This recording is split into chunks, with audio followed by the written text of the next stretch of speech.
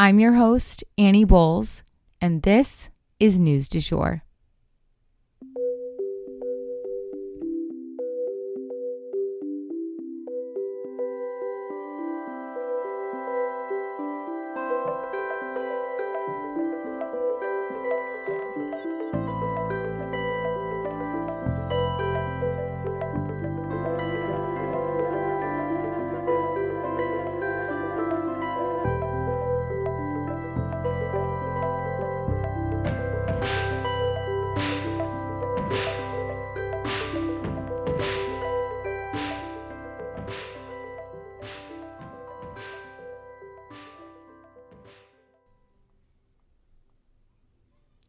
Hey, you guys, welcome back to the News du Jour. Happy Monday.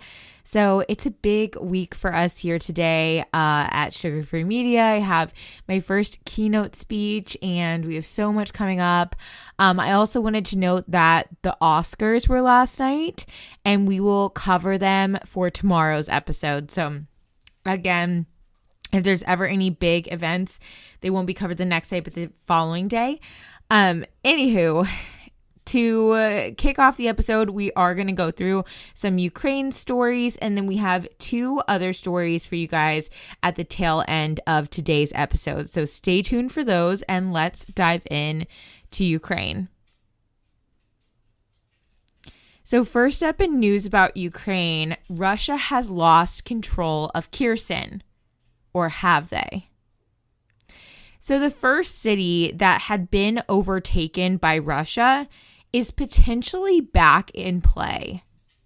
The Pentagon reported that Ukrainian troops were actually pushing back the Russian invaders, but at the same time, reports directly from Ukrainians in Kherson was that Russia actually was still maintaining control. So, it's really hard to say who might have the better intel here. Obviously, it seems like the Ukrainians would.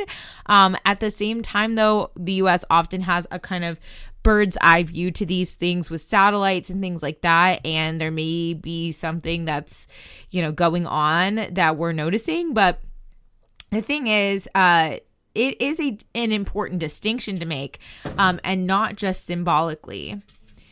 Yes, this is the first city that Putin took, so it would certainly be a blow to his ego to lose it.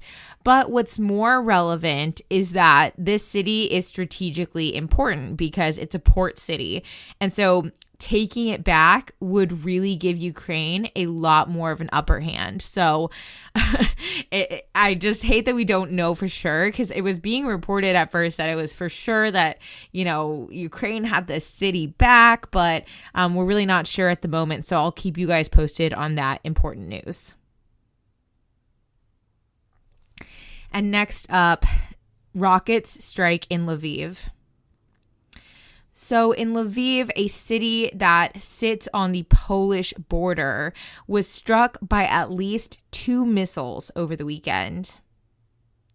Russia targeted and hit an oil and gas terminal, as well as a factory that was making military products.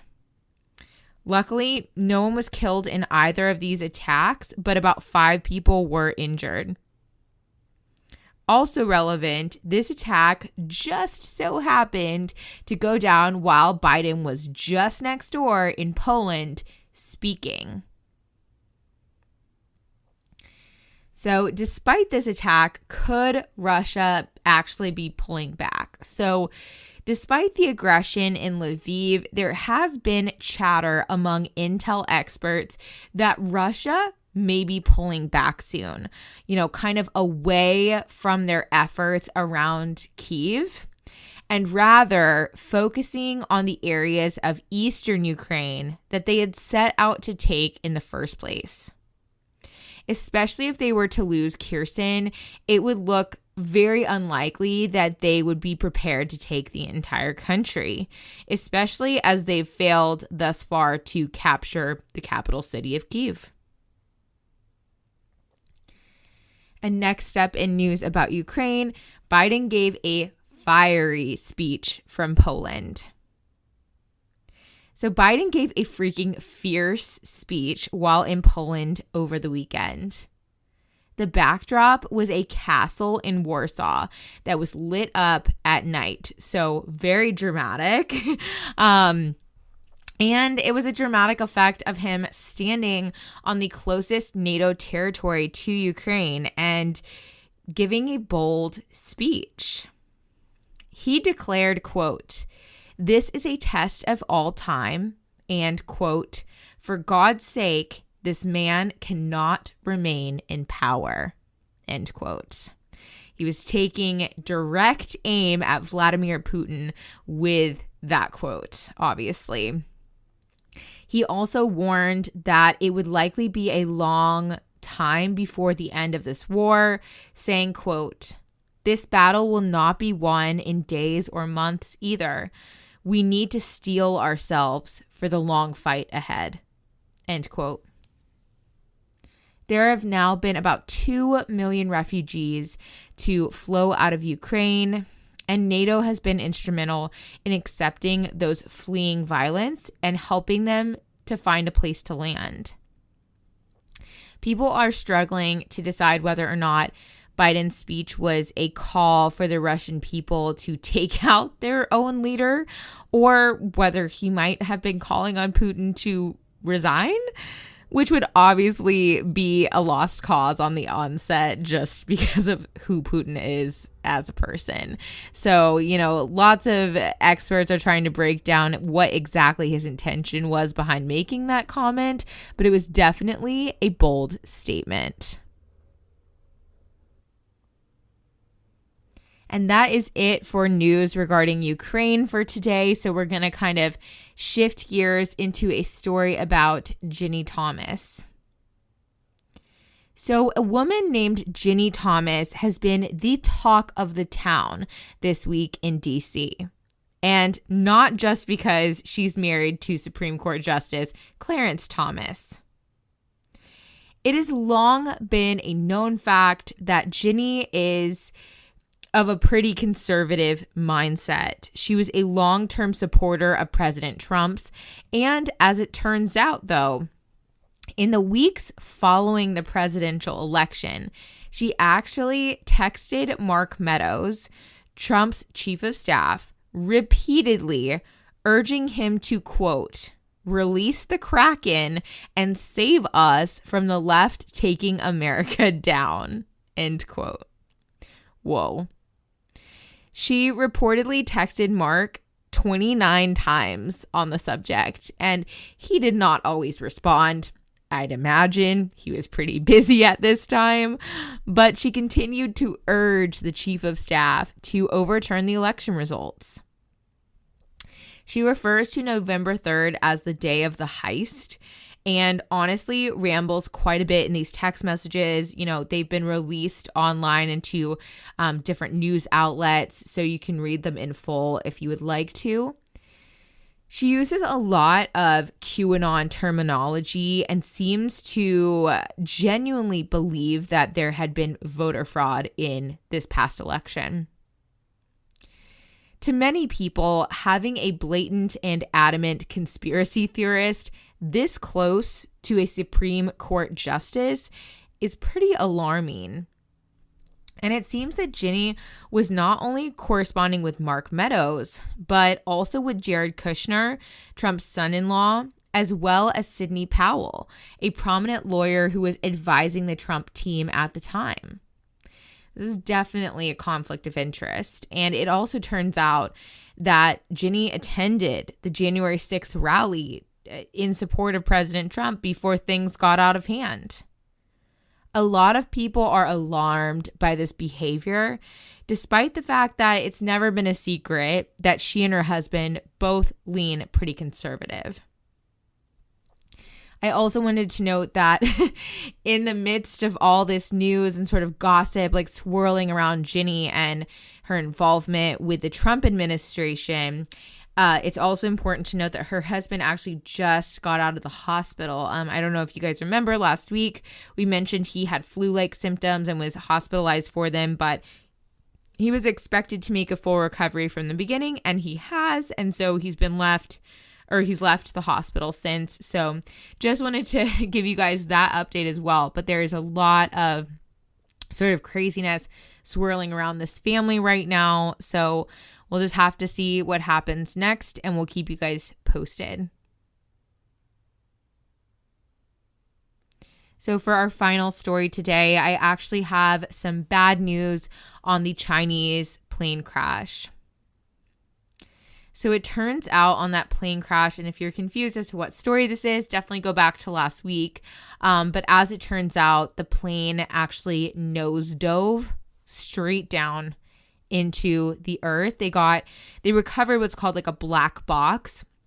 And it basically, like, you can plug it into a computer and understand like what happened in a crash.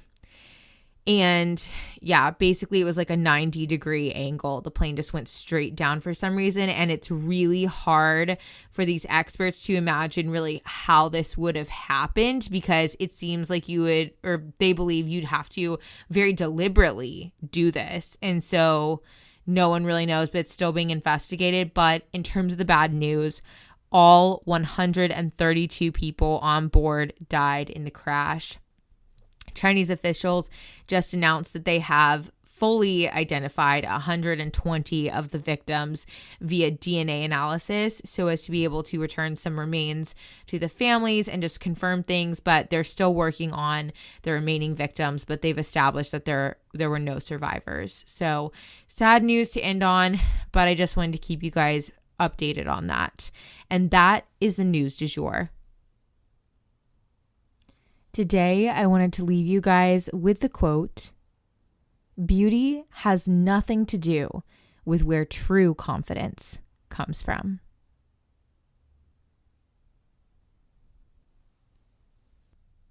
If you enjoyed this episode, please consider becoming a patron of our podcast. For $7.99 a month, you can unlock tons of perks like breaking news text messages so that you're never out of the loop. Tons of bonus episodes are already up there ready for you to binge, and a discussion board full of networking opportunities and much more. Go to www.patreon.com/sugarfree media today to become a patron. This is the best way to support our show. Our patrons make News du Jour possible. But a couple other ways to support our podcast are rate and review on whatever podcast platform you use to listen, share on your social media, you have influence, tell your friends, family, and colleagues that you love News du Jour and why you listen. You can also follow us on social media under sugarfreemedia.co on Instagram, just Sugarfree Media, all one word, on TikTok, and sugarfree_media on Twitter. We also have a weekend newsletter called Dreamers Digest that's full of dreamy content recommendations for your weekend and a life update from yours truly. Sign up today on our website, www.sugarfreemedia.co. Our music is by Joey Lavoie and Nicholas Foster. Our cover art is by Hannah Pierce Photography. Our Sugar Free Media logo is by Catherine Jezik Designs. Any twinkling or little footsteps you might hear in the background are by my dog, Rhett. He's a rescue pup and always records with me. We appreciate you listening and look forward to telling you about the news again next time on News du Jour.